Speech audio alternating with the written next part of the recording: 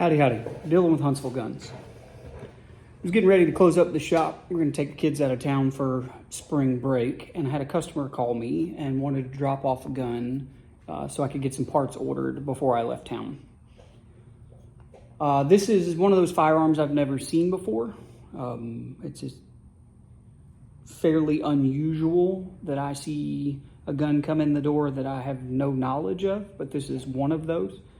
And so I figured I'd take the opportunity to share with you what it is, what I have learned through a little bit of research, and then what the project's going to look like, because I have a feeling there will be more than one video on this particular firearm. If you haven't noticed from what's here in front of me, this is a side-by-side shotgun.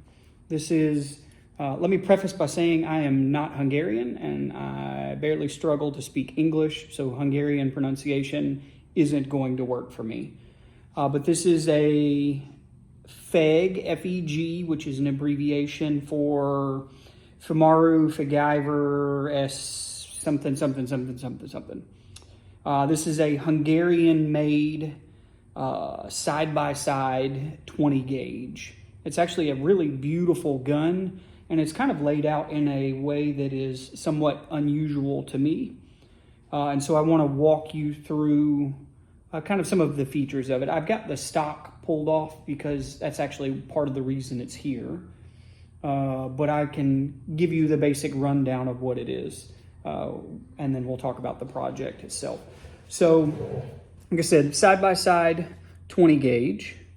It's a fairly unusual locking mechanism. If you are familiar with shotguns, you, like me, would expect to see a lever here on the top of the receiver. However, this particular firearm uses an under lever. This lever down here is what releases the barrels. A little bit different setup than what I'm familiar with.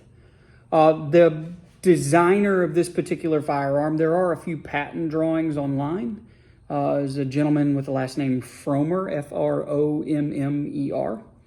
And some of the patents around this firearm involve the ejector extractor setup, as well as the way that the stock is held on, slightly different than some other guns on the market. And then I didn't find anything about the takedown lever, so I'm assuming that that's not proprietary to this gun. It's just not something that I'm familiar with. But if we can get a close-up here, you can see on the passenger side, or the right-hand side from the butt, that there is some engraving. On the side of the receiver, we have a rabbit and what appears to be a pheasant, and then the manufacturer's information. And then the country of origin here says Hungary, Budapest. And then on the driver's side, we get a look, let it focus. I have a pair of dogs here. And then the same information, country and manufacturer origin down here. Cool enough. The selector lever, or the safety lever, is here on the back of the tang, much like most side-by-sides. But when we manipulate, I'll tell you what, let's put it on fire. It has two independent triggers. And you see as they fall, the triggers have a lever here at the rear. And so when I charge the gun, like I would break the barrels, it actually pulls the selector lever back into the safe position. The gun does, like I say, have a set of either ejectors or extractors. And so if we remove the forend up here at the front of the forend, there's a little latch. We take a look at the bottom side and we can see how that is accomplished. So this is part of the patent drawing that I could find. This module here in the forend is removable to some extent. This one is in there fairly well. I haven't been able to pull it out of there, and I haven't really tried, to be honest with you. But by removing this, it makes the gun no longer eject shells, but rather just extract them. It's kind of a spring-loaded module that's part of the patent. Pretty cool. This gun is serial number matching. All of the components that I have found a number on thus far do match. So we pull the lever back here. Without the stock on it, it's not the easiest thing to do. Let me fire it. So we pull the lever on the rear, and when we get to the rearmost position, the barrels break, and they come off. And on the bottom here is caliber markings and the bore constriction, so the choke that these barrels have. They're both fixed chokes. And part of the markings is, again, failure to pronounce, but the interpretation I can find online is for not ball ammo, so not to use slugs, indicating that they are choked. Proof marks from the country of origin. And so one of those proof marks is BP with a crown over the top of it. And so that's the crown of the country of Hungary, as well as the letters FN, not for Fabrique Nationale like I originally thought, but for indication that these can be used with nitro powders. And then at their very rear here, you see the caliber designation, 20 gauge, and C indicative of a choke. So I measured these quickly with a set of calipers, and they both appear to be full choked barrels. Pretty cool. We can see inside the extractor ejector linkage. These are independent, so they can, if you were to pull the trigger on one barrel and then open it, it could eject one shell and leave the other shell in the extractor. Pretty cool features. It does have a sling swivel here on the bottom vent rib, or the bottom rib, I should say. There is a something in the rib section. Sounds like a piece of shot or something. There we go. As I rotate the barrels back and forth, you can hear that rolling up and down.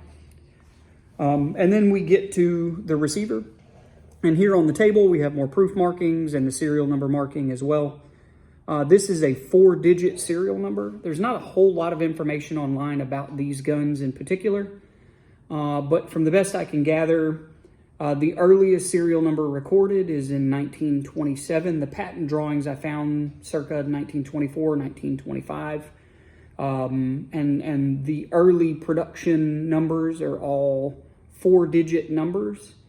And so this is a 4-digit number, indicative that it was made sometime between 1927 and 1942. Again, just kind of a cursory search. Not a platform I'm familiar with. I need to verify that information, but pre-World War II, we would assume. Originally, it would have had a case-hardened receiver. You can see the remnants of that here on the table where the barrels go. The face does have an ever so slightly small amount of wear. You can see where cartridges and the primer pocket was on those shell casings. But not too bad. The exterior of the receiver is definitely a little bit wanting in original finish. There is a little bit here on the back of the trigger guard where it didn't see much handling. Cool enough. The lever, the takedown lever here, pivots, and you can see it pivots around this mechanism, and that's what pulls the lock open. Kind of a cool setup. I'm not entirely sure what you would call that lock type. But not something I'm familiar with. Again, I couldn't find patent drawings for this particular lock type, and so I'm not entirely sure what to call it, but it's cool nonetheless how it operates. Again, selector lever or safety lever here on the top of the tang. And then, cool in my mind, there is a patent on how the stock is held to the firearm. Instead of having a through bolt on like most of your modern lever guns or 1897s, 94s, there's a through bolt that goes through and it protrudes either from the top down or from the bottom up. You'll see the edge of that. These screws here on the bottom, either side of the trigger guard, don't protrude all the way through the top tang. And so there's a patent drawing for that. They go through a couple of holes cut in the stock here, and that's what holds the stock in place. That and the sandwiching of the upper tang and lower tang. The lower tang is removable. There's a screw, a large flathead screw here, and then these two screws in the bottom. That comes out of the way. The stock can be removed. There is a filler piece that goes here in the rear behind the lever. It's actually split. Focus, focus. You can see where it's split, and it's actually dovetailed slightly, and so it slides in to position and is held in when the trigger guard is sandwiched, or sandwiches the stock. There's an inlet in the stock for it. Kind of a cool concept. Not something I've seen before. If we look at the inlet on the stock, this is the bottom that you're looking at. You can see this portion here where that little dovetailed filler piece goes, and then your inlet, your two screw holes, and then how it interfaces with the rear of the receiver. Really beautifully done. The stock is actually numbered like the rest of the firearm. It's got a great checkering pattern on it that has been used. The lines on the bottom are getting a bit faint. And it does have a small cheek piece, kind of undersized for today's standards. And it did have a grip cap down here that was missing when the customer bought it, and someone had used a small piece of 1/4-inch plywood to make a grip cap. Obviously that doesn't fit, and so it's going to be replaced. But the reason the stock came to me, it's an odd size. The rear of the stock is actually small compared to more modern guns, especially when you look at modern shotguns. It's fairly short, heel to toe, but it is an average width, and the screw spacing is pretty standard. You can see that when it came in, someone had installed this Pachmayr white line spacer, and they pretty clearly did not know what they were doing because it does not fit the stock. It's much too small for the end of the stock. But additionally, looking at it, I could tell pretty quickly that whoever had cut the stock let me get some, there we go, my face is wide enough, did not do a very good job of it. The stock is not cut square at all. It's actually, it looks like it was laid on one side, so it would have been laid face down like this, and because it is tapered thicker on this end than it is this end, when they cut it, it cut at an angle, and they just screwed a butt pad on it, or a recoil pad, to try to cover that up. And so the customer brought it to me. What we're ultimately going to do is go with a smaller recoil pad. This stock has already been cut down, but this white line recoil pad is way too thick for what it needs. The length of pull on it with the recoil pad that it came in with was like 14 3/4 of an inch. So obviously it was a longer stock to begin with, but we will get this squared up to the top line so it will be square. And then I will take that taper out from side to side, and then install a new Pachmayr. I have to order it, an Old English recoil pad. It's much thinner this direction, and it has a beautiful radius on all the sides. It's much more akin to what would have been on this gun originally. I still haven't decided what I'm going to do for the grip cap. I have a few of them laying around that have come off of various stocks over the years, but nothing that really just fits this firearm. I think originally this would have had a piece of either like ebony or a darker colored wood. I think this predates white line spacers, and so it had like a metal medallion type escutcheon or grip cap. And so I'm going to look through my stash of parts and see if I have something that will work. But outside of that, I may just take a piece of ebony, or I have some black walnut here that came from one of my local sawmills, and I may ebonize that to make it darker and kind of give it that contrast, finish it up, kind of put some radius to it, and install that for the customer. Pretty cool concept. Like I said, I don't work on a lot of double guns. I definitely don't do a lot of stock repair.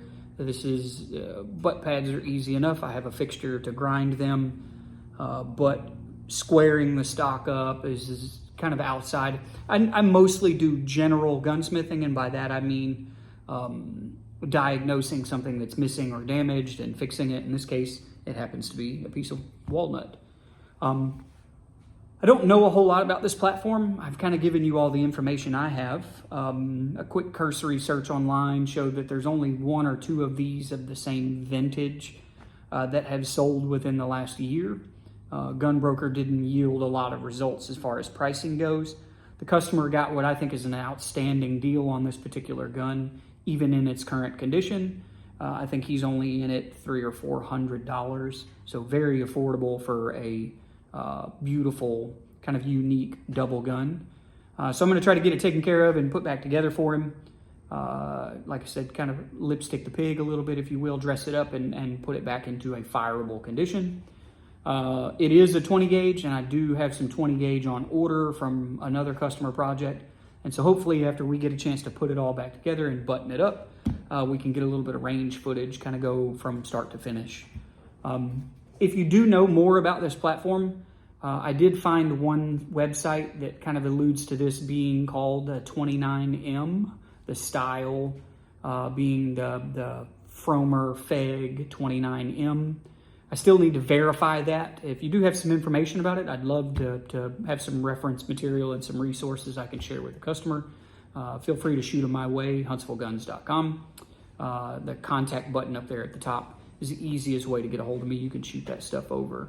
Also, there's a small medallion here on the side. I don't know if this was like an inventory number, if this gun belonged to a sporting club or a Clay's club, and this was a way that they identified it, or if this is something that a customer used. But it appears to be a piece of copper, and it's kind of an enamel filled or paint filled copper, and it's the number 13. Kind of unique. More information, like I said, not something I see every day. It's just screwed there to the side of the stock with a little small slot head screw. But pretty cool project. Like I said, something different. I try to bring y'all what's going on the day-to-day, and this is one of those that's somewhat unusual for my day-to-day. Hope you enjoy it. Look forward to seeing you on the next one. Thanks for hanging out.